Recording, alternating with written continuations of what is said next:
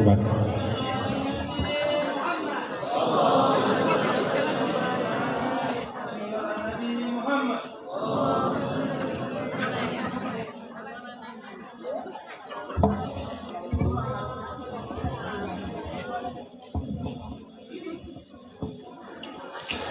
Assalamualaikum warahmatullahi wabarakatuh.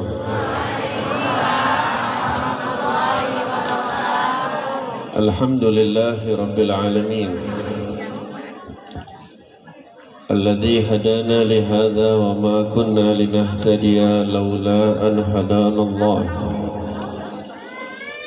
Allahumma salli wa sallim wa barik wa karrim biqadrati azamati dhatika al-aliyah في كل وقت وحين أبدا عدد ما علمت وزينة ما علمت وملء ما علمت على سيدنا ومولانا محمد وعلى آل سيدنا ومولانا محمد صاحب التاج والمعراج والبراق والعلم ودافع البلاء والوباء والمراض والألم جسمه مطهر معطر منور من اسمه مكتوب مرفوع موضوع على اللوح والقلم شمس الضحى بدر الدجى نور الهدى مصباح الظلم أبي الحسنين سيد الكونين والثقلين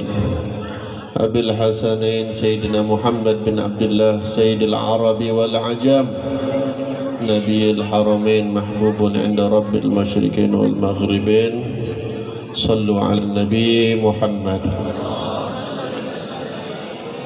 Yang saya hormati pengurus PKM Masjid Al-Ansar, begitu juga panitia yang menyelenggarakan peringatan Isra wal Mi'raj yang kita laksanakan pada malam hari ini, tokoh-tokoh masyarakat yang hadir, begitu juga yang saya hormati wabil khusus nakhussu bidzikri guru saya, sahabat saya Al-Ustaz Sumitra Nurjaya, yang menjadi sebab hadirnya saya, kumpulnya saya, dapat bersilaturahmi dengan hadirin hadirat semuanya. Mudah-mudahan beliau-beliau semua diberikan umur yang panjang oleh Allah Subhanahu wa taala, ma'al lutuf wal afiyah, segala hajatnya dikabulkan oleh Allah Subhanahu wa taala. Begitu juga mudah-mudahan insyaallah semua hadirin hadirat yang hadir semuanya kita diberkahi dan dirahmati oleh Allah Subhanahu wa taala. Amin ya rabbal alamin. Alhamdulillah, puji dan syukur kita panjatkan kepada Allah Subhanahu wa taala. Kita dikumpulkan oleh Allah Subhanahu wa taala di malam yang insyaallah bertambah kemuliaannya, di malam yang bertambah keberkahannya. Dikarenakan di pada malam hari ini di masjid ini kita sama-sama berkumpul untuk mengenang satu peristiwa yang dialami oleh baginda Nabi Muhammad sallallahu alaihi wa ala alihi wasallam, yang tadi kita dengar daripada guru kita Al-Ustaz Sumitra bahwasanya kurang lebih 1440 tahun yang lalu Nabi Muhammad, Nabi kita, melakukan perjalanan yang disebut oleh Allah Subhanahu wa taala di dalam dua surah yang berbeda, yang menunjukkan bahwasanya apa yang dikatakan oleh Ustaz Sumitra tadi, perjalanan ini adalah dua perjalanan yang berbeda karena dikisahkan oleh Allah di dalam dua surah yang berbeda. Namun karena memang kebiasaan kita suka menyingkat-nyingkat, kita sering bilang perjalanan Isra dan Mi'raj, Isra Mi'raj. Padahal Isra wal Mi'raj, perjalanan Isra satu perjalanan, perjalanan Mi'raj satu perjalanan yang lain. Allah sebut dan sering kita dengar kalau peringatan-peringatan Isra dan Mi'raj, ada qari-qari yang membaca Al-Quran, maka kita akan sering mendengar Subhanalladzi asra bi'abdihi laylan minal masjidil haram ilal masjidil aqsa alladzi barakna haulahu linuriyahu min ayatina innahu was-sami'ul basir. Namun di dalam ayat yang lain, di dalam surah yang lain, di dalam surah An-Najm, Allah berfirman, "Wan najmi idza hawa ma dhalla sahibukum wa ma ghawa wa ma yantiqu 'anil hawa in huwa illa wahyun yuha." Panjang Allah sebutkan sedikit demi sedikit bagaimana kisah perjalanan Mi'raj Nabi sallallahu alaihi wasallam secara garis besarnya sampai tujuannya sama, perjalanan Isra dan perjalanan Mi'rajnya Nabi, ketika Allah menyampaikan laqad ra'a min ayati rabbihil kubra. Sama-sama tadi kita dengarkan bahwasanya perjalanan Isra tujuannya linuriyahu, untuk menunjukkan min ayatina. Min di sini adalah tabaid. Min sebahagian kecil daripada ayat-ayat kami. Begitu juga perjalanan Mi'raj, laqad ra'a ayati rabbihil kubra. Telah melihat Nabi sallallahu alaihi wasallam itu ayat-ayatnya Allah yang begitu besar. Hadirin, setiap tahun insya Allah kita memperayakan perjalanan Isra dan Mi'raj. Kalau paling ada liburnya pun paling tahun lalu lah. Saya nggak tahu di sini ada libur apa enggak, tapi paling-paling tahun lalu mungkin ada libur. Ya kita sama tahu lah ada COVID, ada Corona. Namun alhamdulillah nampaknya pun kita udah di mana-mana sekarang udah sumpek juga sama Corona ini. Nggak pulang-pulang lah dia. Kayaknya mau bersahabat sama kita, ya udah kita ikut bersahabat sama mereka. Kalau kita melihat hadirin, setiap tahun kita merayakan perjalanan Isra dan Mi'raj, apalagi yang di depan saya ini dan mayoritas pun yang hadir pada malam hari ini pun insya Allah bukan sekalinya menghadiri peringatan Isra dan Mi'raj. Sudah berulang-ulang kali mungkin. Namun subhanallah, ketika kita mendengarkan para da'i, para muballigh, para ustadz yang berceramah tentang Isra dan Mi'raj, mereka itu membawakan hikmah-hikmah yang berbeda-beda. Ini menunjukkan bahwasanya memang perjalanan Isra dan Mi'raj ini adalah perjalanan yang penuh dengan hikmah yang diberikan oleh Allah Subhanahu wa taala. Syarat dengan hikmah hadirin. Perjalanan Isra-nya penuh dengan hikmah, perjalanan Mi'raj-nya penuh dengan hikmah, pulangnya Nabi Muhammad pun perjalanan yang begitu dengan banyak hikmah. Mungkin singkat cerita kita akan menceritakan bagaimana proses Isra dan Mi'raj. Ya. Biasalah untuk supaya kita refresh lagi, karena memang kita ini musibahnya kita di zaman sekarang, kita itu nggak kenal sama Nabi Muhammad kalau bukan karena ada peringatan yang berkaitan dengan Nabi Muhammad. Kalau orang dulu mereka memang baca kitab, mereka bedah itu tentang semua yang berkaitan dengan Rasulullah. Tapi kan kalau kita memang musibah, ya koran lebih familiar di rumah kita dibandingkan kitab-kitab sirah. Televisi, sinetron itu memang lebih dikenal di dalam pribadi kita dibandingkan pribadinya Nabi Muhammad. Ini memang sudah musibahnya kita hadirin. Ini bukan kenyataan, ini memang musibah saya anggap. Karena musibah paling besar adalah jauhnya kita dengan Rasulullah. Sehingga saya itu sebenarnya sangat kecewa kalau memang ada peringatan-peringatan. Mudah-mudahan di desa Jaharun ini insya Allah nggak ada. Saya tuh sering kecewa, sering saya katakan di Medan atau dimanapun. Kalau ada peringatan Isra Mi'raj Nabi, Maulid Nabi, bentar lagi nih lusa malam nisfu Sya'ban, atau peringatan-peringatan besar, itu janganlah sampai dikotorin dengan sesuatu hal yang nggak ada kaitannya dengan Nabi Muhammad. Karena udah jarang-jarang kita nyebut nama Nabi Muhammad, memperingati Rasulullah, dikotorin dengan hal-hal yang nggak ada sangkut pautnya dengan Rasulullah. Undangan Maulid Nabi besar-besar dibuat, baliho menyebar kemana-mana. Undangan Isra wal Mi'raj besar-besar dibuat, undangan baliho di mana-mana menyebar. Isinya nyebut nama Nabi Muhammad pun tak ada. Yang ada nyebut nama partai, yang ada nyebut nama politik, yang ada nyebut nama apapun. Bahkan naudzubillah min dzalik, masjid kadang-kadang dipakai untuk sebagai alat caci maki orang yang nggak sepaham dengan orang atau dengan lawan politiknya. Ini yang sangat mengecewakan. Kenapa? Karena kita udah berada di dalam satu musibah jauh dengan Nabi Muhammad. Ada pula maulid Nabi yang cuman mungkin setahun sekali dibuat, Isra Mi'raj setahun sekali dibuat, itu pun gak bahas Nabi Muhammad. Ini kan kelewatan hadirin. Walihada, insya Allah kita benahin. Kalau kita buat maulid Nabi, kita nggak mau cerita apapun, bilang sama ustadznya, bilang sama da'inya, bilang sama balighnya. Syaratnya kalau mau ngisi maulid Nabi harus bahas Nabi Muhammad. Syaratnya kalau mau bahas Isra dan Mi'raj nggak boleh bahas yang lain, harus Isra Mi'rajnya Nabi Muhammad. Supaya kita ini lebih fokus. Kira-kira kalau rapat anggota DPR tiba-tiba ada orang bahas Isra Mi'raj Nabi, itu anggota DPR ada yang mau dengar? Gak ada. Mereka bilang gak nyambung, ini kita lagi ngerapat bahas anggaran, kok bahas Isra Mi'raj? Lah gitu juga, kalau kita buat Isra Mi'raj maulid Nabi yang dibahas yang lain, berarti dia gak nyambung. Karena ini adalah peringatan untuk Nabi Muhammad. Tujuannya gak ada lain hadirin, supaya kita lebih kenal dengan Rasulullah. Karena kita ini sudah sangat jauh daripada Nabi Muhammad. Perjalanan Isra dan Mi'raj, keluar Nabi Muhammad, diperjalankan Asra, ditemani oleh malaikat Jibril. Gak langsung Nabi Muhammad kepada Baitul Maqdis atau Masjidil Aqsa. Dan lihat ya bagaimana penyebutan Allah Subhanahu wa taala dalam Al-Qur'an.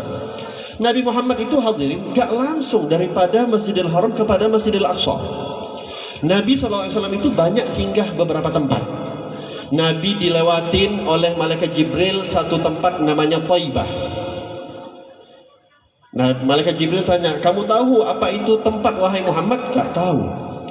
Kata malaikat Jibril, itu adalah Thaibah, yang nanti kamu akan hijrah ke kota tersebut.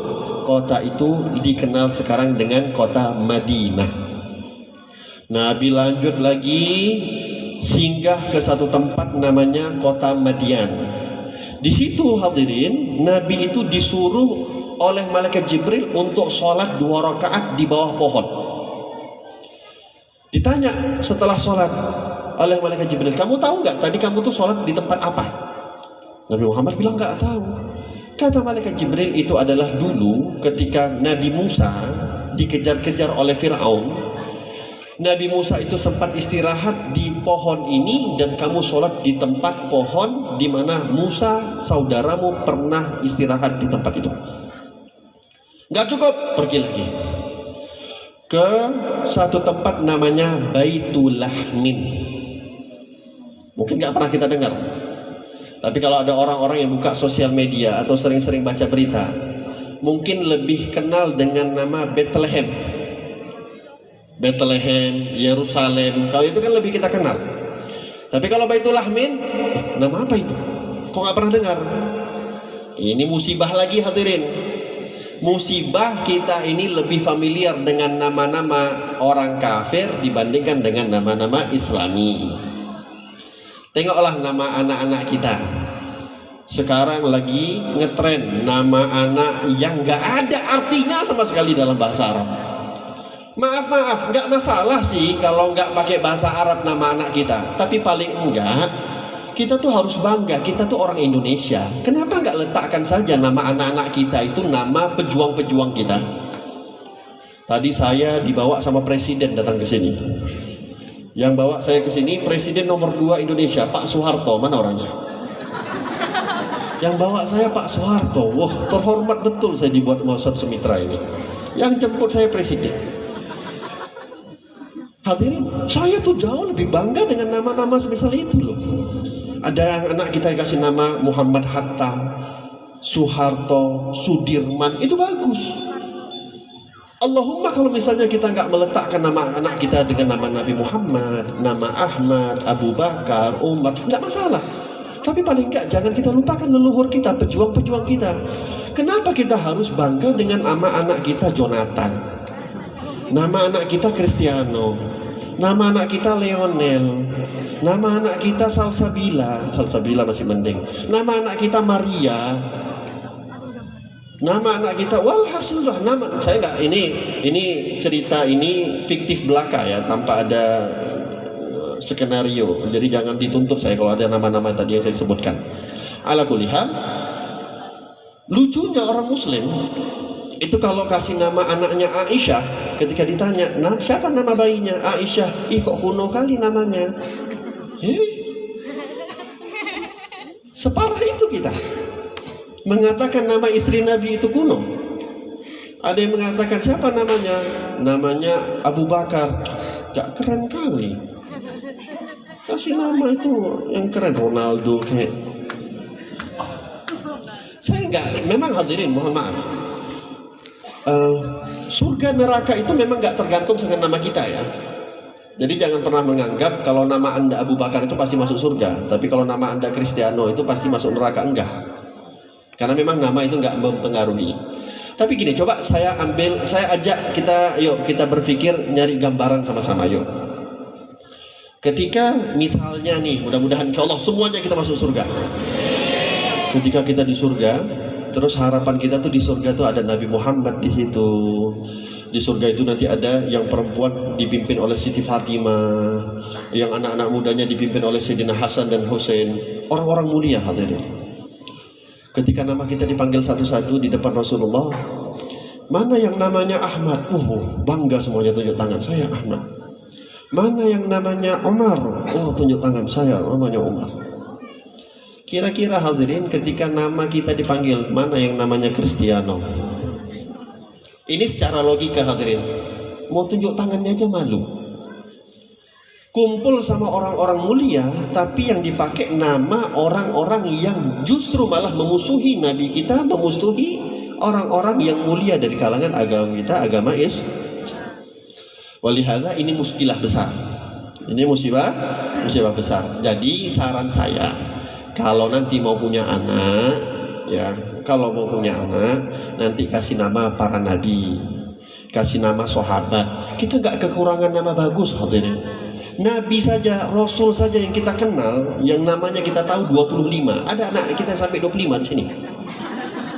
Kalau Anda kasih nama anak Anda 25 nabi saja, itu nggak akan cukup. Belum lagi nama sahabat.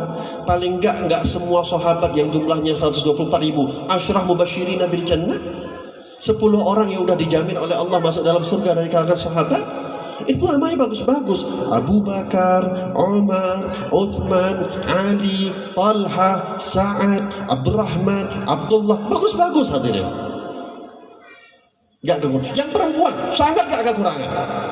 Sayyidah Fatimah, Khadijah, Aisyah, Maimunah, Hafsah, Nusaybah, banyak. Kenapa kita harus cari nama orang-orang kafir kalau nama orang-orang muslim, muslimah yang masih banyak? Walhasil, ini singkat cerita, itulah tadi memang musibahnya kita lebih familiar dengan nama-nama kafir dibandingkan nama-nama muslim, nama-nama islami. Baitul Lahmin kita nggak kenal. Bethlehem, itu Bethlehem tahu di mana. Begitu juga yang lain. Singkat cerita hadirin, Nabi sholat di satu tempat namanya Baitul Lahmin. Itu satu rumah. Setelah sholat ditanya malaikat Jibril, kamu tahu ini tempat apa? Kata Nabi Muhammad, tidak.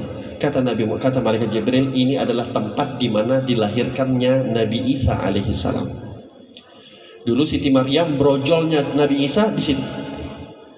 Nabi sholat. Lalu setelah itu barulah Nabi sampai kepada Baitul Maqdis. Ya.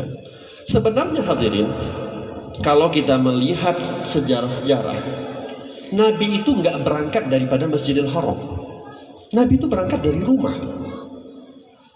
Karena memang ketika itu Nabi dibangunkan oleh malaikat Jibril, posisi Nabi masih di atas kasur.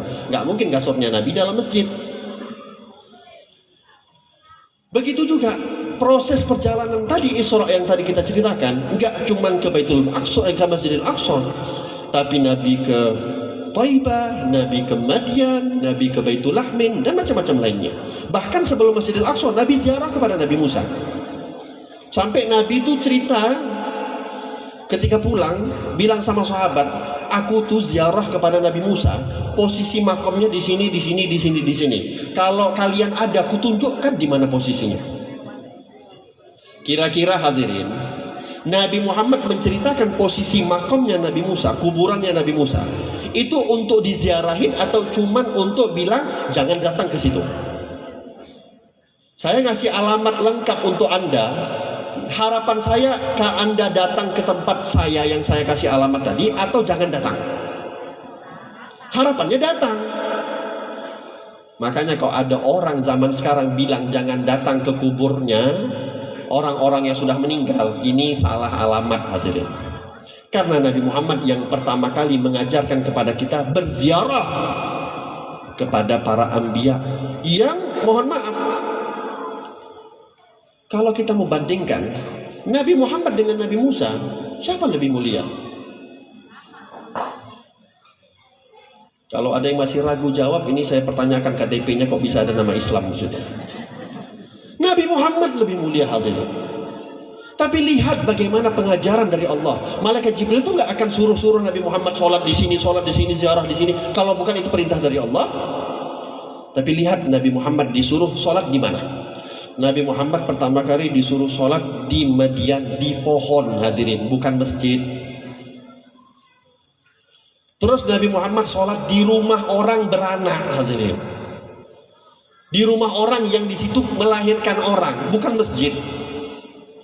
Bukannya artinya Nabi Muhammad disuruh sembah pohon, bukannya Nabi Muhammad disuruh untuk nyembah orang, rumah orang yang beranak, enggak. Nabi Muhammad disuruh ngambil berkah yang mungkin, yang bahkan yang kita yakini, semua yang didatangi oleh Nabi Muhammad, orang yang lahir di situ, orang yang berteduh di situ tidak lebih mulia dibandingkan Nabi Muhammad. Nabi Musa tak lebih mulia dibandingkan Nabi Muhammad. Nabi Isa tak lebih mulia dibandingkan Nabi Muhammad. Tapi pengajaran dari Allah untuk kita ngalap berkah hadirin. Sama siapapun ngalap berkah. Khususnya para ulama, khususnya orang-orang soleh, khususnya para aulia, khususnya orang tua, itu sumber keberkahan terbesar. Walhasil, setelah selesai proses Isra, barulah Nabi Muhammad melakukan perjalanan Mi'raj. Naik langit 1, 2, 3, 4, 5, 6, 7. Inna sab'a samawatin tibaqa, kata Allah Subhanahu wa ta'ala. Langit itu ada 7 tingkatan. Di langit pertama, Nabi berjumpa dengan Nabi Adam. Langit kedua, Nabi berjumpa dengan Nabi Isa, dan 2 orang yang dijumpai oleh Nabi di langit kedua, Nabi Isa dan Nabi Yahya bin Zakaria alaihi wassalam. Langit ketiga jumpa dengan Nabi Yusuf, langit keempat jumpa dengan Nabi Idris, langit kelima jumpa dengan Nabi Harun, langit keenam jumpa dengan Nabi Musa, langit ketujuh jumpa dengan Nabi Ibrahim alaihi wassalatu wassalam wa azka taslim. Gak cukup di situ, Nabi naik lagi. Naik kemana? Lihat surga, lihat neraka, lihat apa yang ada di sekeliling muka langit waktu itu. Naik lagi ke satu tempat namanya Sidratul Muntaha. Sidratul Muntaha disebut Muntaha sebagai penghujung karena tak ada sebenarnya satu makhluk Allah pun yang bisa melewatin tempat itu. Dan perjalanan Isra Mi'raj hadirin, itu adalah satu perjalanan Allah membatalkan hukumnya Allah. Hukum apa? Tak ada satu makhluk, khususnya manusia, yang bisa melihat Allah ketika masih berada di dunia. Nabi Musa itu ketika meminta kepada Allah, qala arini anzur ilaika, ya Allah, izinkan aku untuk melihat engkau ya Allah. Apa kata Allah?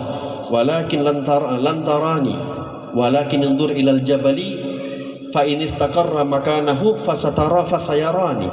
Kamu nggak akan bisa lihat aku wahai Musa, tapi kamu naik ke gunung apa namanya? Tur Sina. Kalau kamu kokoh berada di gunung tersebut, kamu tahan berada di gunung tersebut, maka kamu akan lihat aku. Tahu-taunya gunungnya goyang hadirin, Nabi Musa pingsan. Kata Nabi Musa, in tubtu ilaik, ya Allah, aku bertobat kepada engkau, enggak lagi minta-minta untuk melihat engkau. Ini posisinya Nabi Musa ini adalah kalimullah hadirin, orang yang sering berbicara sama Allah. Dan kalau kita melihat bagaimana isinya Al-Quran, itu rata-rata ceritanya Nabi Musa paling banyak. Dan Nabi Musa ini memang kalimullah, terlalu gampang bicara sama Allah. Tapi namanya melihat gak gampang. Kalau berbicara oke, tapi kalau melihat jangan dulu. Meminta Nabi Musa untuk melihat Allah gak dulu. Tapi Nabi Muhammad hadirin gak pernah meminta, ya Allah boleh gak aku melihat engkau. Tapi Nabi Muhammad ini spesial hadirin. Nabi kita Rasulullah itu spesial. Nabi itu gak pernah meminta, tapi diminta hadirin. Kalau ada di antara kita yang melamar kerja atau melamar anak gadis, itu posisinya 50-50 hadirin. Bisa diterima, bisa enggak. Tapi yang namanya diminta, ada laki-laki soleh, tampan, kaya, apalagi ahli ibadah, pandai baca kitab, ahli fikih, itu jadi rebutannya orang hadirin. Kayak Ustadz Sumitra, sayangnya udah laku, jadi jangan diganggu-ganggu. Kalau kecuali beliau membuka pendaftaran, lain cerita. Ala kulli hal, hadirin, berbeda orang melamar dengan dilamar. Kalau dilamar 100% pasti diterima. Kalau melamar 50-50 belum tentu. Nabi Muhammad nggak meminta, tapi diminta untuk menghadap kepada Allah Subhanahu wa taala. Bagaimana cara menghadapnya? Di mana? Bukan urusan kita hadirin, karena Nabi Muhammad pun nggak pernah peduli, nggak pernah menceritakan kepada kita di mana jumpa sama Allah, kayak mana caranya jumpa sama Allah. Tapi yang diceritakan oleh Nabi Muhammad secara detail, bagaimana prosesnya bisa jumpa sama Allah dan apa yang dibawa oleh Nabi Muhammad setelah jumpa sama Allah. Nggak dibahas di mana bentuknya Allah kayak mana, karena nggak akan perlu untuk dibahas. Nabi Muhammad aja nggak mau sebut, ngapain kita sebut-sebut? Yang jelas Nabi Muhammad kita yakini secara roh dan jasad berjumpa dengan Allah. Kita tidak menerima orang yang mengatakan Nabi Muhammad sekedar mimpi saja. Nanti akan saya buktikan. Singkat cerita, kita semua tahu Nabi Muhammad diperintahkan untuk membawa perintah sholat. Dari 50 sampailah negosiasi akhirnya jadi 5. Turun Nabi Muhammad itu dikatakan di dalam Maulid Ad-Daiba'i oleh Syekh Abdurrahman bin Ali Ad-Daiba'i. Beliau mengatakan, "Thumma arudduhu minal arsh qabla ayyabrudal farsh." Kami kembalikan Nabi Muhammad daripada arsh qabla ayyabrudal farsh, sebelum hangatnya kasur Nabi Muhammad itu hilang hangatnya. Ini kan kita tidur pakai AC, pakai kipas hadirin. Coba sekali-kali tidur nggak pakai AC, nggak pakai kipas, berjam-jam kita tidur. Itu biasanya kalau bangun kasur kita itu hangat. Nggak langsung hilang hangatnya itu.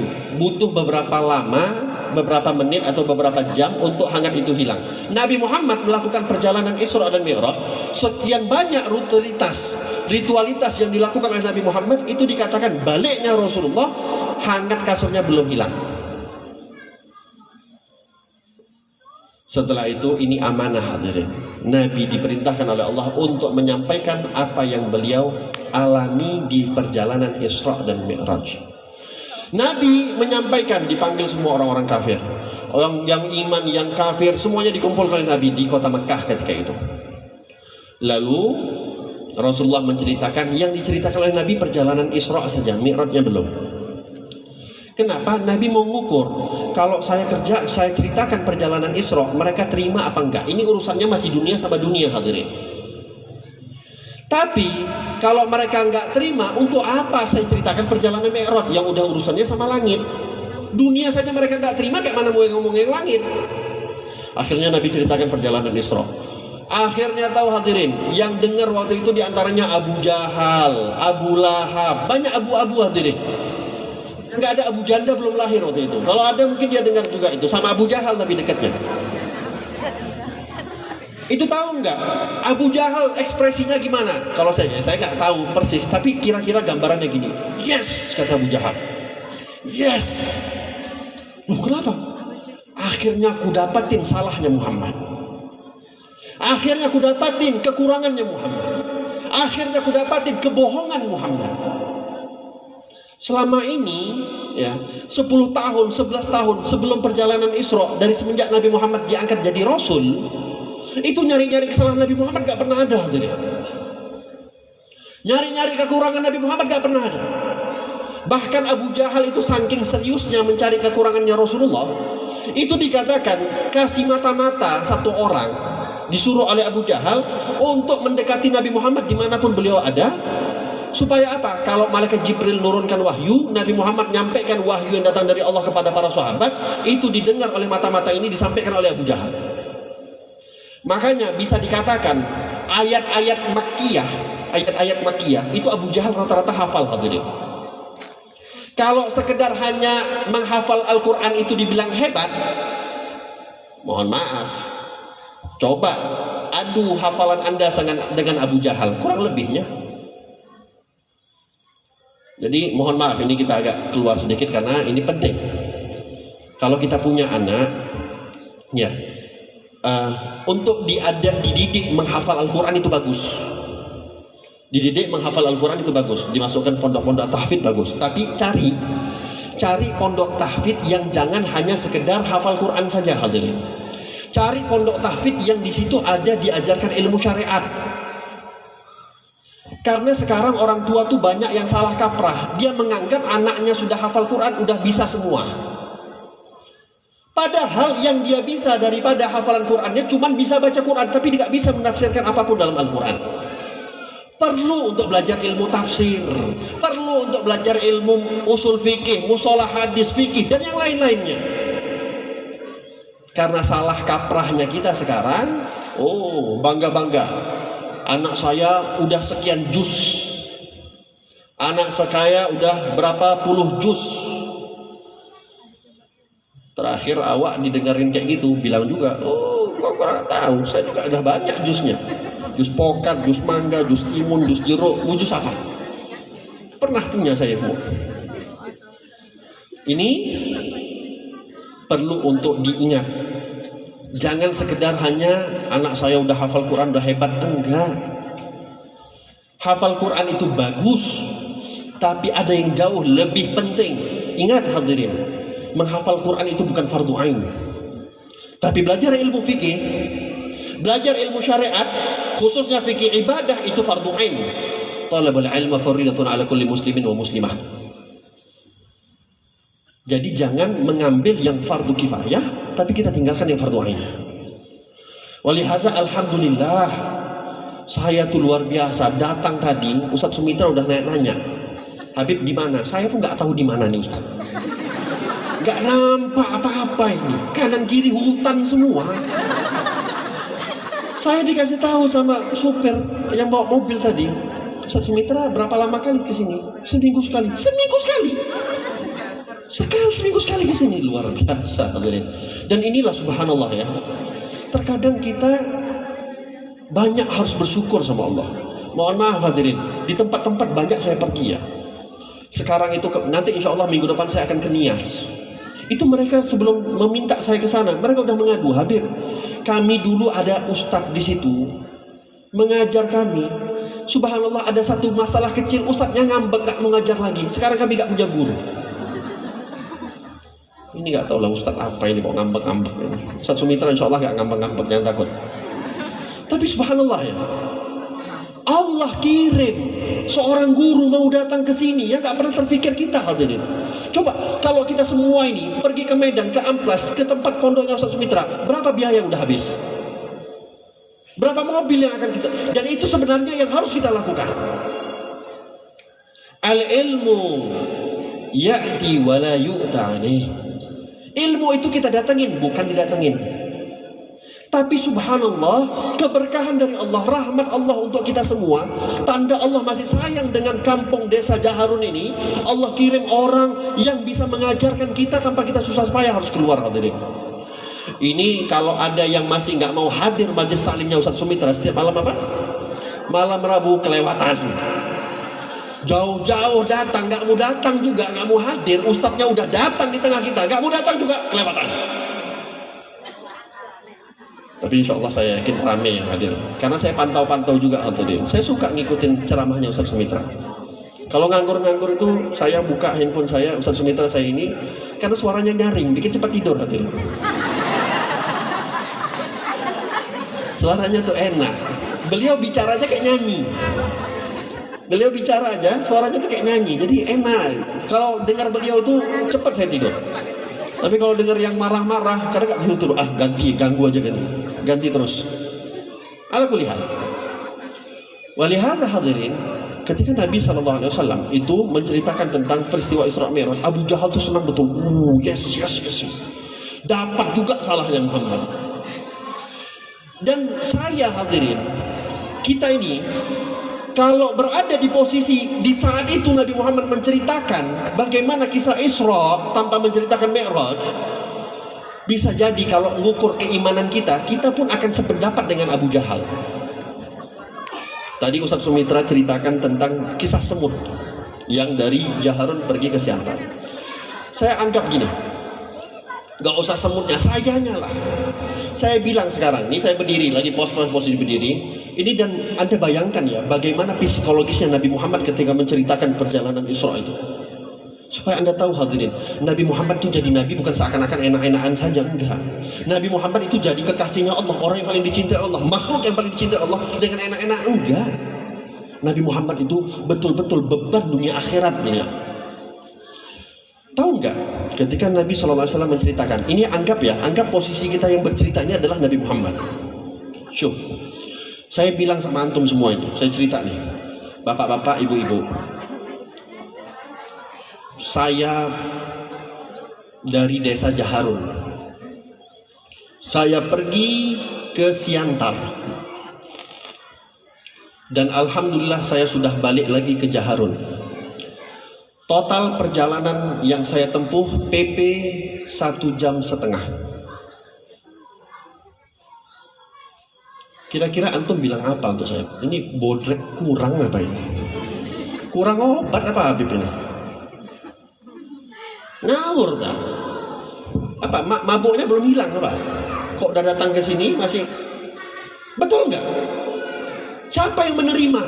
Ada orang mengatakan dari Jaharun pergi ke Siantar PP 1 jam, 1,5 jam. Ada? Karena kita pakai logika kita hadirin. Sementara perjalanan Isra dan Mi'raj itu perjalanan yang sama sekali Allah nggak mau pakai logika-logikaan di situ. Ini jelas mukjizat dari Allah. Dan lucunya kita ini mempermasalahkan kenapa Nabi Muhammad kok bisa mungkin melakukan perjalanan yang begitu cepat. Padahal hadirin, segala hal yang luar biasa itu setiap hari di mata kita itu luar biasa. Siapa orang di sini yang bisa mengatur matahari itu pas?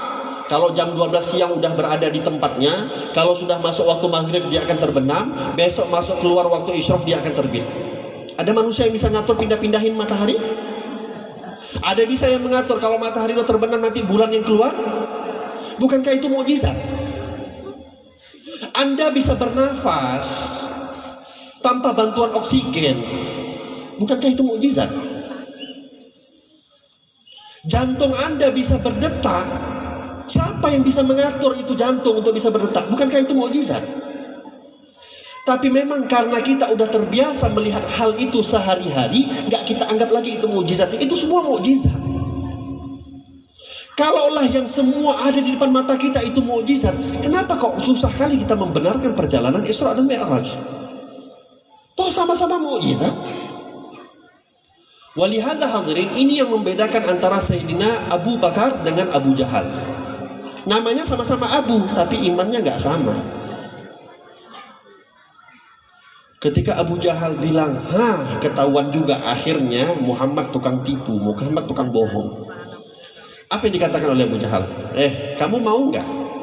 Kalau kamu ceritakan apa yang kamu ceritakan sama kami tadi di depan sahabatmu yang paling setia sama kamu tuh Abu Bakar. Nabi Muhammad itu punya prinsip, qulil haqqa walau kana murra. Katakan yang benar walaupun Nabi nggak akan kurang-kurangin, nggak akan tambah-tambahin. Apa yang beliau ceritakan di hadapan orang-orang Quraisy itu akan diceritakan di depan Abu Bakar. Kata Nabi Muhammad, siap. Mau jumpa di mana? Yuk kita sama-sama ke rumah Abu Bakar, kata Abu Jahal. Jalan Nabi Muhammad. Ketok rumahnya Abu Bakar, kumpul lah di situ.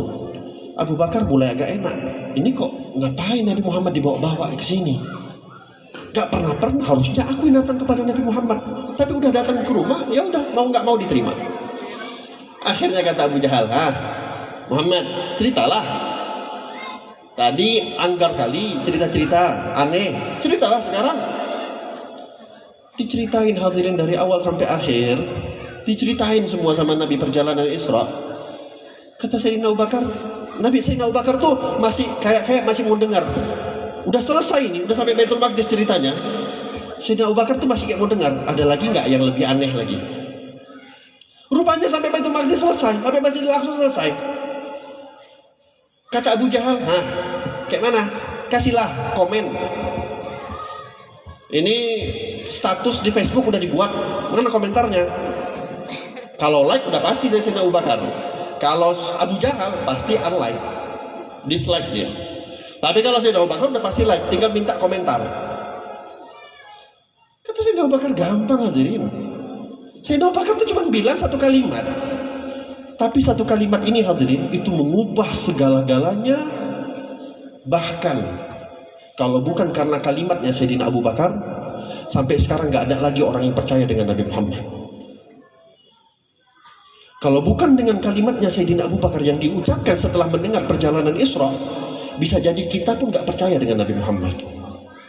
Tapi ucapannya Sayyidina Abu Bakar merubah segala hal hadirin. Apa yang dikatakan oleh Sayyidina Abu Bakar? Setelah selesai ceritanya Nabi Muhammad, Sayyidina Abu Bakar cuma bilang, in kana gadgil faqad sadaq. Kalau yang cerita itu adalah dari mulutnya ini orang, Nabi Muhammad, maka semuanya pasti benar. Gak ditanya sama Sayyidina Abu Bakar, nah apa ya Rasulullah, kok bisa ceritanya kayak gitu? Ya Rasulullah, berapa lama jamnya? Gak ada hadirin. Yang diucapkan oleh Sayyidina Abu Bakar cuma satu kalimat, in kana gadgil faqad sadaq. Kalau yang bercerita itu adalah Muhammad, maka semuanya jujur, semuanya benar. Apa kata Sayyidina Abu Bakar? Wa ana usaddiq ala ab'ad min dhalik. Dan aku akan mempercayai, membenarkan yang lebih parah daripada itu. Dan aku sudah percayai. Loh, Sayyidina Abu Bakar hadirin, itu Nabi Muhammad bolak-balik malaikat Jibril turun ngasih wahyu. Sayyidina Abu Bakar gak lihat wajahnya Jibril. Tapi apa yang disampaikan oleh Nabi Muhammad semuanya diterima oleh Sayyidina Abu Bakar. Itu kan lebih aneh lagi dibandingkan perjalanan Isra dan Mi'raj. Tapi kata Sayyidina Abu Bakar, yang lebih parah itu aja, daripada itu sudah aku terima. Masa perjalanan Isra aja aku gak terima? Selagi itu keluar daripada mulutnya Nabi Muhammad, faqad sadaq. Hadirin, disinilah akhirnya Sayyidina Abu Bakar disebut menjadi as-siddiq.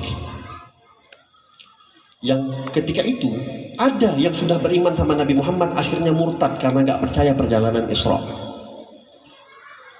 Tapi Sayyidina Abu Bakar akhirnya mendapatkan gelar as-siddiq. Hadirin, kalau saya tanya sama antum semua, khalifah yang kedua Sayyidina Umar ibn Khattab, semua tahu Umar ibn. Khalifah ketiga Sayyidina Uthman ibn Affan, semua jawab. Khalifah keempat Sayyidina Ali ibn Abi Thalib. Tahu nggak siapa sahabat yang paling kaya? Abdurrahman ibn sahabat yang paling indah bacaan Qur'annya, orangnya kecil, namanya Abdullah ibn Mas'ud. Nah, ini udah mulai agak buram-buram ini. Memang ada jam-jamnya. Tadi khalifah kedua Umar bin Khattab, Uthman ibn Affan, Ali bin Abi Thalib. Kita tahu nama bapaknya. Mungkin sangat jarang kita mendengar siapa sih nama bapaknya Sayyidina Abu Bakar hadirin. Siapa nama Abu Bakar? Ayahnya. Ada yang tahu nama bapaknya Sayyidina Abu Bakar? Ini khalifah yang paling afdal, sahabat yang paling mulia di antara semua sahabat. Sayyidina Umar kita tahu nama bapaknya, Sayyidina Uthman kita tahu nama bapaknya, Sayyidina Ali kita tahu nama bapaknya, Sayyidina Umar, Sayyidina Abu Bakar kenapa kita nggak tahu? Karena memang hadirin, bukannya saya mau menyalah-nyalahkan, ya memang salah juga, awaknya nggak tahu apa-apanya. Tapi coba saya tanya, anak-anak muda nih saya tanya nih, coba sebutin nama skuad pemain Barcelona, dari kiper sampai cadangan, sampai yang ambil bola pun dia hafal. Yang perempuan, siapa artis Korea yang paling terkenal? Semua berebutan tunjuk tangan, apalagi saya kasih uang hadiah 100.000. Mau? Mau, benar aja. Duitnya nggak bawa. Kalau kita sebut nama artis semuanya hafal, tapi nama para sahabat memang kita udah kurang. Memang banyak kali kurangnya kita hadirin. Tapi ala kulli hal, kenapa sih Sayyidina Abu Bakar gak terkenal dengan nama bapaknya Abu Quhafah? Kenapa Sayyidina Umar masih terkenal? Sayyidina Umar punya gelar hadirin. Apa gelarnya beliau? Al-Faruq. Sayyidina Uthman punya gelar Dzin Nurain. Sayyidina Ali punya gelar Asadullah, Saifullah, Karramallahu wajha. Semua punya gelar. Tapi kenapa Sayyidina Umar gak dikenal dengan Umar Al-Faruq, tapi lebih dikenal dengan Umar bin Khattab? Tapi kenapa Sayyidina Abu Bakar gak dikenal dengan Abu Quhafah, Ibn Abi Quhafah, tapi lebih dikenal dengan As-Siddiq? Karena tadi yang saya katakan, ucapan yang kuat menunjukkan iman yang begitu kokoh daripada Sayyidina Abu Bakar As-Siddiq, akhirnya merubah segala-galanya, sehingga nama bapaknya pun kalah tenar, As-Siddiq yang lebih dikenal sampai sekarang. Walihada hadirin, inilah perjalanan Isra. Salat yang diperintahkan oleh Allah Subhanahu wa taala kepada kita semua. Kenapa para sahabat itu gak bertanya-tanya, ya Rasulullah, kenapa sih kok 4 duhurnya? Kenapa ada yang 3, kenapa ada yang 2? Mereka yang sudah beriman dengan iman yang begitu kuat kepada Nabi Muhammad SAW, ketika diperintahkan untuk sholat, mereka kerjakan hadirin. Tanpa tanya-tanya dulu, kenapa 4, kenapa 3, kenapa 2? Enggak. Ketika datang perintah puasa di bulan Ramadan, itu datangnya perintah di bulan Sya'ban, untuk bisa puasa, untuk kalian wajib puasa di bulan Ramadan, kata Allah, di tahun kedua Hijriah. Sahabat gak ada yang tanya, ya Rasulullah, kayak mana cara puasanya kayak gini? Mereka langsung mengerjakan apa yang diperintahkan oleh Nabi Muhammad. Kenapa hadirin? Itu tadi, dalam hati mereka semua sudah ada yang mengatakan, in kana gadil faqad shadaq. Kalau yang berkata itu Nabi Muhammad, maka betul, jujur, pasti betul, gak mungkin salah. Masalahnya hadirin, di mana ucapannya Sayyidina Abu Bakar, in kana gadil faqad shadaq, di dalam hati kita hadirin, di dalam diri kita hadirin, di dalam kehidupan kita, dalam keseharian kita. Orang-orang yang masih minum dalam keadaan berdiri, itu belum ada in kana gadil faqad shadaq.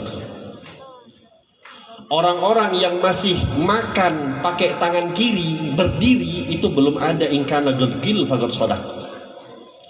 Orang-orang yang nggak menjaga adab-adab ketika tidur, adab-adab ketika bangun tidur, itu belum ada in kana gadil faqad shadaq. Semua yang datang dari Nabi Muhammad itu baik hadirin. Semua yang datang dari Nabi Muhammad itu baik. Orang-orang yang masih berat untuk sedekah, belum ada in kana gadil faqad shadaq. Dia lebih percaya menaruh uangnya di bank yang ribawi dibandingkan dengan bank yang diajarkan oleh Nabi Muhammad. Ketika ada orang bersedekah, itu dijamin oleh Allah, hartanya ditambah, tapi lebih percaya meletakkan daripada hal-hal yang haram, yang syubhat. Belum ada in kana gadil faqad shadaq. Ayo hadirin, mohon maaf, kita ini alhamdulillah, terkadang-kadang kita ini lucu. Ada orang minta, enak kali lah sahabat itu hidupnya sama Nabi Muhammad, makan sama Nabi Muhammad, minum sama Nabi Muhammad, sholat sama Nabi Muhammad, sendagurau sama Nabi Muhammad. Iya enak, itunya enak. Tapi Anda nggak pernah sebut perang sama Nabi Muhammad. Nggak pernah Anda sebut mereka habis hartanya untuk Nabi Muhammad. Nggak pernah Anda sebut anak mereka, suami mereka, istri mereka untuk Nabi Muhammad. Nggak pernah Anda sebut. Yang Anda sebut cuma enak-enaknya sahabat. Kalau lihat iman kayak kita hadirin, nggak usahlah pandai-pandian minta mau jadi sahabat. Takutnya bukan jadi sahabat Nabi, sahabat Abu Jahal. Syukur kita, alhamdulillah di desa Jaharun. Ada nggak di antara kita yang sholat sampai diganggu-ganggu? Nggak ada. Yang sholat di Masjidil Ansor, saya yakin sholatnya tumakninah, tenang, kipas disiakan, semuanya lengkap. Tapi tahu nggak bagaimana perjuangan Nabi Muhammad ketika dulu menegakkan sholat? Nabi itu ketika beliau sedang sujud pernah satu kali ke masjid di kota Makkah. Ada namanya Uqbah bin Abi Mu'aid. Itu dia ambil syalnya Uqbah, dia panjangkan syalnya, dia letakkan di lehernya Nabi Muhammad. Itu Rasulullah sedang sujud, ditarik oleh Uqbah sampai terpelanting Nabi Muhammad. Syalnya nggak kayak syal sekarang hadirin. Syalnya saya ini lembut. Syalnya orang dulu itu kasar kainnya, benangnya itu kasar. Sampai dikatakan ketika ditarik itu syal oleh Uqbah dari lehernya Nabi, itu lehernya Nabi luka karena kasarnya syalnya Uqbah bin Abi Mu'aid. Sampai kata Sayyidina Abu Bakar, "Ataqtul liman qala Allahu Rabbuh?" Kamu mau bunuh orang yang mengatakan, orang yang cuma mengatakan Allah Tuhannya. Dibela lagi oleh Sayyidina Abu Bakar. Tapi lihat bagaimana perjuangan Nabi Muhammad untuk apa? Sholat, hadirin. Kenapa Nabi Muhammad menanggung itu? Supaya kita nggak sholat digituin. Supaya kalau kita sholat nggak ada yang ganggu. Supaya kalau kita sholat nggak ada yang berani mengacam-acam. Kita alhamdulillah tenang sholat karena Nabi Muhammad yang sudah berkorban, hadirin. Nggak ada di antara kita yang disuruh bawa pedang untuk berperang sama orang kafir. Ada orang galang di sini, orang desa Jaharun disuruh perang. Punya pedang pun nggak ada. Paling ada kapak untuk potong kelapa, untuk potong sawit. Pedang nggak ada disuruh perang, nggak ada. Memang kita belum disuruh untuk perang. Negeri kita masih aman, hadirin, tentram, sentosa. Cuman kita saja kurang syukur, hadirin. Protes saja, Indonesia nih kayak gini, Indonesia kayak gini. Nggak syukur Anda, coba hidup di Palestina. Alhamdulillah Anda hidup tenang, belajar tenang, majlis taklim tenang, duduk buat Isra Mi'raj. Anda tahu apa pernah di Palestina sekarang buat Isra Mi'raj? Nggak ada. Tapi kita alhamdulillah tenang, hadirin. Kenapa? Sudah Nabi Muhammad yang korban. Sudah para sahabat yang berkorban. Anak-anak sahabat dikorbankan, jiwa-jiwanya sahabat dikorbankan, hartanya para sahabat dikorbankan untuk Nabi Muhammad, untuk agama Islam. Dan itu nggak diperintahkan, nggak diwajibkan untuk kita semua, hadirin. Saya yakin nggak ada di antara kita yang habis hartanya nol hanya untuk bangun masjid, nggak ada. Uangnya paling banter 1 miliar, yang dikeluarkan cuma 10 juta untuk pembangunan masjid. Ada nggak yang punya uang 1 miliar dikeluarkan semua 1 miliar untuk bangun masjid? Nggak yakin. Kita nggak buat apa-apa, hadirin. Walihada, tahu nggak apa sih yang dituntut oleh kita? Untuk kita oleh Allah Subhanahu wa taala, yang dituntut itulah tadi, cuman ingkana gadgil fagar sodaknya Sayyidina Abu Bakar As-Siddiq, untuk kita membenarkan yang sepele, bukan yang sulit-sulit. Hanya membenarkan Nabi Muhammad bilang makan duduk, udah jangan berdiri, duduk. Nabi Muhammad agama kita bilang syariat pakai hijab, udah jangan buka lagi jilbab, pakai hijab.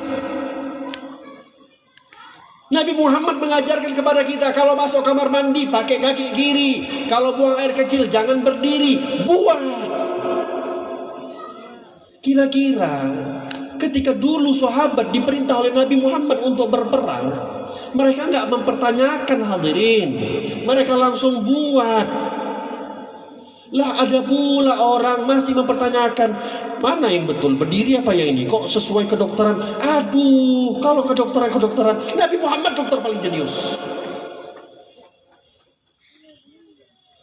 Wa ma atakumur rasul fakhudhuhu wa ma nahakum anhu fantahu.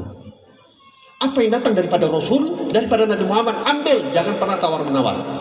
Insyaallah sa'adatud dunya wal akhirah. Kalian akan bahagia dunia akhirat. Tapi kalau kalian masih tawar-tawar, Nabi Muhammad, aduh, yang betul tuh begini, Nabi Muhammad tuh salah, bisa jadi keliru, nggak akan dunia wala akhirat akan bahagia, nggak akan. Ayo, inilah yang dialami oleh sahabat. Mereka itu 10 tahun dididik oleh Rasulullah, mencintai Allah. Perintah sholat datang, mereka nggak tanya-tanya, mereka langsung sholat. Perintah puasa, mereka langsung puasa. Bahkan di tahun pertama puasa Ramadan bagi mereka, di saat itu perintah untuk perang Badar terjadi, hadirin. 313 orang melawan 1000 orang, 313 orang tanpa senjata yang kuat, tanpa kendaraan yang kuat, tanpa persiapan yang kuat, melawan orang 1000 orang dengan senjataan yang lengkap, persiapan yang kuat, jebakan yang lebih hebat. Tapi apa yang dilakukan oleh sahabat? Perintah Nabi Muhammad itu yang mereka kerjakan. Yang penting itu datang dari Rasulullah. Ayo hadirin, perjalanan Isra dan Mi'raj jadi pelajaran bagi kita. Udah, kita kesampingkan dulu koran-koran, kita sampingkan dulu. Kita jadikan Nabi Muhammad lebih di depan. Sunnah-sunnahnya Nabi yang gak pernah kita tahu, kita pelajari, kita amalkan, hadirin. Apa yang diajarkan oleh Rasulullah kita terapkan, hadirin. Apa yang disampaikan oleh Nabi Muhammad kita terapkan, hadirin. Insya Allah berkah dunia akhirat, dan insya Allah masuk surga dengan Nabi Muhammad sallallahu alaihi wasallam. Mudah-mudahan insya Allah semuanya bermanfaat. Mudah-mudahan insya Allah semuanya kita mendapatkan keberkahan dari Allah Subhanahu wa taala, mendapatkan rahmat dari Allah Subhanahu wa taala.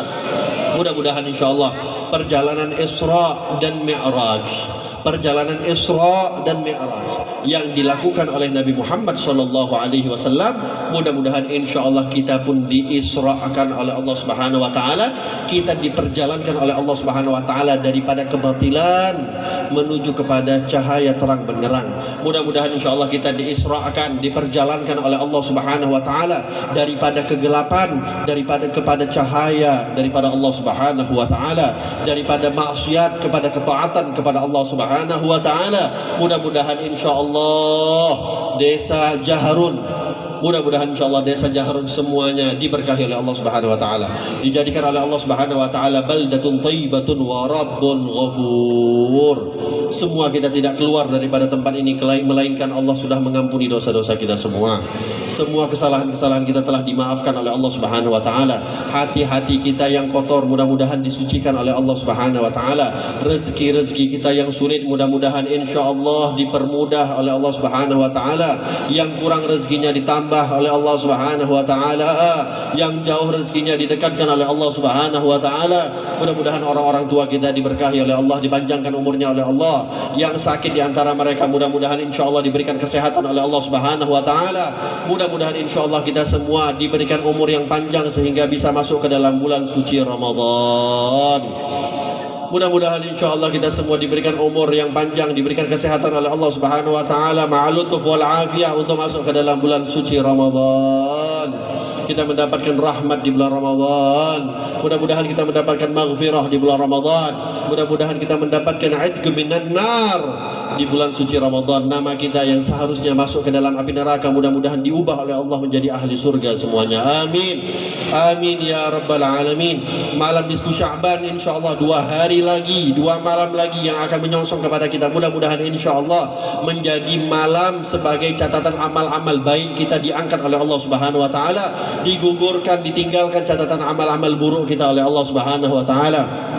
Mudah-mudahan insyaallah kita semua diberikan hidayah dan taufik untuk dapat memanfaatkan malam nisfu Sya'ban, malam yang dikatakan oleh Nabi Muhammad SAW malam yang tidak akan ditolak doa di malam tersebut, dan semua doa-doa yang kita panjatkan di malam tersebut mudah-mudahan insyaallah, dan begitu juga doa pada malam hari ini insyaallah semuanya dikabulkan dan diberikan oleh Allah Subhanahu wa taala. Amin. Amin. Amin ya rabbal alamin. Mudah-mudahan insyaallah orang-orang tua kita, para tokoh-tokoh masyarakat, pengurus PKM, panitia semua, mudah-mudahan insyaallah segala hajat mereka dikabulkan oleh Allah Subhanahu wa taala.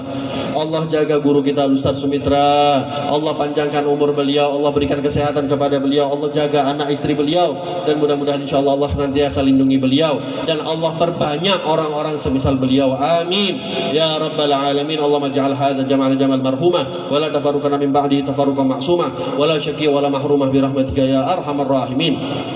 Allahumma arham umat Sayyidina Muhammad, Allahumma ihfaz umat Sayyidina Muhammad, Allahumma ansur umat Sayyidina Muhammad, Allahumma ighfir li umat Sayyidina Muhammad, Allahumma farrij ya farrij Allahumma farrij an umat Sayyidina Muhammad bihaqqi Sayyidina Muhammad wa ala ali Sayyidina Muhammad, ij'alna min khiyari ummati Sayyidina Muhammad, ij'alna min khiyari ummati Sayyidina Muhammad. Ya Allah, jadikanlah kami sebaik-baik umat Nabi Muhammad. Ya Allah, jadikanlah kami umat Nabi Muhammad yang paling bisa dibanggakan di hadapan baginda Nabi Muhammad. Ya Allah, jangan Engkau nampakkan, jangan Engkau sampaikan keburukan-keburukan kami kepada kekasih kami baginda Nabi Muhammad. Ya Allah, ya Allah, ya Allah, ya Allah, ya Allah, jadikanlah akhir hayat kami mengucapkan kalimat la ilaha illallah. Berikan rezeki kepada kami ya Allah, berikan karunia kepada kami ya Allah, berikan taufik-Mu kepada kami ya Allah, agar tidak ada ucapan yang dapat kami sebutkan di akhir hayat kami kecuali mengucapkan kalimat la ilaha illallah. Ya Allah, jadikanlah akhir hayat kami mengucapkan kalimat la ilaha illallah. Dengannya Engkau menghidupkan kami ya Allah, dengannya Engkau mematikan kami ya Allah, dengannya Engkau ampuni dosa-dosa kami ya Allah. Dengan kalimat la ilaha illallah ya Allah, Engkau bangkitkan kami bersama orang-orang yang telah mengucapkan kalimat la ilaha illallah. Ya Allah, ya Allah, ya Allah, masukkan kami ke dalam surga-Mu ya Allah, jauhkan kami dalam api neraka-Mu ya Allah, masukkan kami ke dalam surga-Mu ya Allah, surga yang di dalamnya ada baginda Nabi Muhammad, surga di dalamnya ada baginda Rasulullah, surga di dalamnya ada Sayyidah Fatimah, surga di dalamnya ada Sayyidina Ali bin Abi Talib, surga di dalamnya ada Sayyidina Hasan dan Husain, surga di dalamnya ada Sayyidina Abu Bakar As-Siddiq dan para sahabat ajma'in birahmatika ya arhamar rahimin. Masukkan anak-anak kami, istri-istri kami, keluarga kami, orang tua kami ya Allah, kumpulkan kami di surga-Mu ya Allah. Ya Allah, jangan Engkau pisahkan kami ya Allah, Engkau mengumpulkan kami pada malam hari ini ya Allah, kumpulkan kami nanti di surga-Mu ya Allah, kumpulkan kami nanti di surga-Mu ya Allah, kumpulkan di surga-Mu ya Allah. Ya Rabbi wajma'na wa ahbaban lana fi darikal firdausi atyabal mawdi'i, ya Rabbi wajma'na wa ahbaban lana fi darikal firdaus atyabal mawdi'i, ya Rabbi wajma'na wa ahbaban lana fi darikal firdausi ya rajwana. Rabbana zalamna anfusana wa illam taghfir lana wa tarhamna lanakunanna minal khasirin. Allahumma khtim alaina ya Allah bi husnil khatimah wala takhtim alaina ya Allah bisu'il khatimah. Ya Allah, jangan Engkau masukkan kami dalam bulan suci Ramadan sementara ada dosa-dosa kami yang belum Engkau ampuni ya Allah. Ya Allah, ampuni dosa-dosa kami sehingga kami dapat khusyuk di dalam beribadah dalam bulan suci Ramadan ya Allah. Ya Allah, berikan hidayah kepada kami ya Allah untuk senantiasa kami dapat memperindah bulan Ramadan pada tahun ini ya Allah. Jadikanlah Ramadan tahun ini sebagai Ramadan terbaik untuk kami ya Allah. Rabbana hab lana min azwajina wa dhurriyyatina qurrata a'yun waj'alna lil muttaqina imama. Ya Allah, jauhkan anak-anak kami daripada segala maksiat, jauhkan anak-anak kami daripada segala perzinahan, jauhkan anak-anak kami daripada segala narkoba, jauhkan anak-anak kami daripada segala perjudian, jauhkan kami, keluarga kami daripada segala hal-hal yang membawa murka-Mu ya Allah. Rabbana atina fid dunya hasanah wa fil akhirati hasanah wa qina adzabannar. Wa sallallahu ala sayyidina Muhammad wa ala alihi wasallam. Walhamdulillahi rabbil alamin. Saya mohon maaf apabila kelancangan kata. Wabillahi taufiq wal hidayah. Assalamualaikum warahmatullahi wabarakatuh.